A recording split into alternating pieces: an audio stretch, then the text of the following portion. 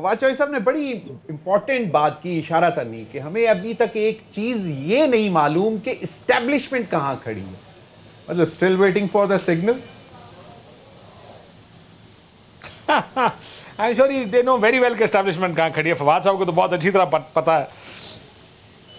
اتنے بندے جو اٹھائے گئے ہیں تحریک انصاف کے، آپ کا خیال ہے کہ اسٹیبلشمنٹ کی مرضی کے بغیر کبھی سندھ پہنچ جاتے، کبھی پنجاب اور کبھی خیبر پختونخوا.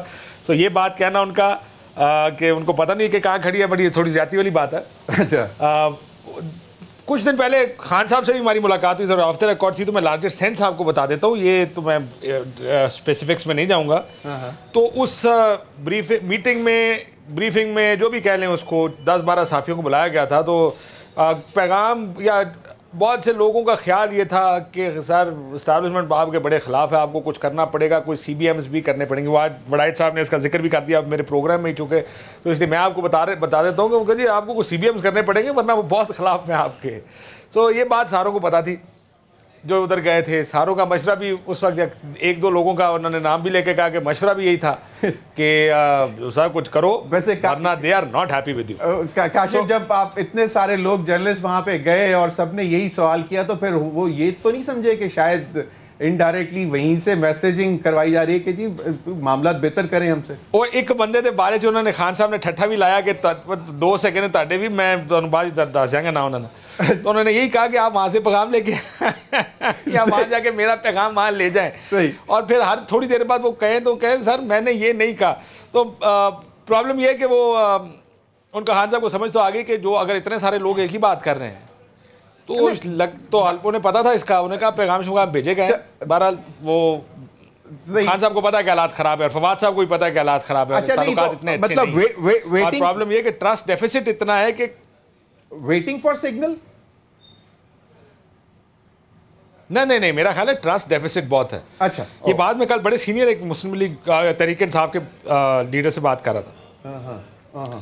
وہ کہتے ہیں کہ جی سر گارنٹی کون دے گا، کیونکہ وہ کہتے ہیں ٹھیک ہے آپ گارنٹی دیتے. کہتے ہیں گارنٹی تو خان صاحب مطلب حکومت میں آ کے جس چیز کی گارنٹی وہ مانگ رہے ہیں وہ گارنٹی ہم میں سے کوئی اس لیے نہیں دے سکتا کہ خان صاحب کیا کریں گے وہ تو ہم بھی کنٹرول تو نہیں کر سکتے. ایگزیکٹلی، بالکل. سو یہ بات بھی درست ہے کہ اور جو ہم نے پہلے دیکھا اس حوالے سے تو واقعی بڑا ڈیفیکلٹ کام ہے. نسیم صدیقی، عمران خان صاحب 5:30 بجے سیٹرڈے کو ہفتے کی شام کو نکال رہے ہیں، پوری قوم کو نکال رہے ہیں کہ جی کیا وہ پریشر بلڈ کریں گے؟ اور پھر یہ بھی وہ ایک طرح سے جس طرح یہ کہ سی بی ایم کی بات کی کاشف نے، تو یہ بھی ایک طریقہ ہے کہ جی ورنہ اسٹریٹ پاور پہ تو ہم آتے جائیں گے، تو پھر آپ بھی ہمارے پاس آ کے بات کر لیں. جس طرح کہا فواد چوہدری نے بھی کہ ہمیں تو سمجھ نہیں آ رہی کہ اسٹیبلشمنٹ کہاں کھڑی ہے. میں بڑا مختصر سا جواب دوں گا کیونکہ فواد چوہدری ساتھ ہیں. فواد چوہدری صاحب میرے خیال میں نہیں ابھی نہیں. اچھا، بات یہ ہے کہ دیکھیں جس طرح کاشف بات کر رہا ہے کہ ٹرسٹ ڈیفیسٹ ہے. بات یہ ہے کہ آج آپ نے دیکھا کہ جب عمران خان صاحب زمان پاک کے نکل رہے تھے اور جو آ کے انہوں نے بیان دیا تو انہوں نے تو پھر اسٹیبلشمنٹ کو چیلنج کیا.